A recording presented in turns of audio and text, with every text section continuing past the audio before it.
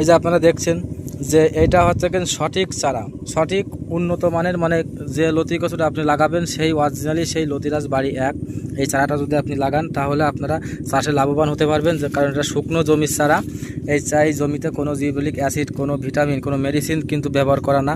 এই জমির চারা যদি আপনি লাগাতে পারবেন তাহলে আপনি অবশ্যই লাভবান হবেন। আর এই যে পাশাপাশি একটা জমি, এই জমির চারাটা কিন্তু আসলে লাগানোর উপযুক্ত নয়, কারণ এই যে সেই চারাটাই কিন্তু বিভিন্ন রকমের কীটনাশক, ভিটামিন কিন্তু স্প্রে করা, কারণ এই চারায় কিন্তু কোনো ট্যাম্পার নাই।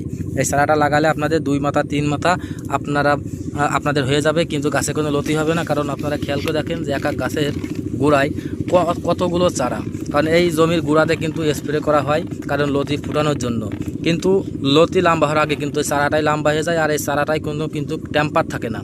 এই চারাটার বয়স বেশি না, মাত্র 10-12 দিনের চারা, কারণ এতে বিভিন্ন রকম জিবলিক অ্যাসিড, ভিটামিন ব্যবহার করার কারণে কিন্তু এই চারাটা অত্যন্ত লম্বা হয়। আর ঘন ঘন কিন্তু এই চারাটার আগা কেটে দেওয়া হয়। তাই দেখছেন যে এই যে পিলিতে দেখছেন যে এই চারাগুলো কেটে কেটে কিন্তু পিলিতেই ফেলা রাখা হয়, ওটা পচে গেছে কিন্তু আবার কাটার মতন কিন্তু অলরেডি হয়ে গেছে।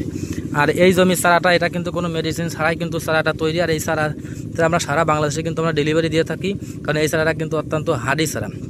আপনারা লাগানোর সাথেই কিন্তু আপনাদের এই জমিতে 2 পাতা 3 পাতা হওয়ার সাথেই এই জমিতে কিন্তু লতি, প্রচুর পরিমাণ কিন্তু লতি এসে যাবে খুব দ্রুত।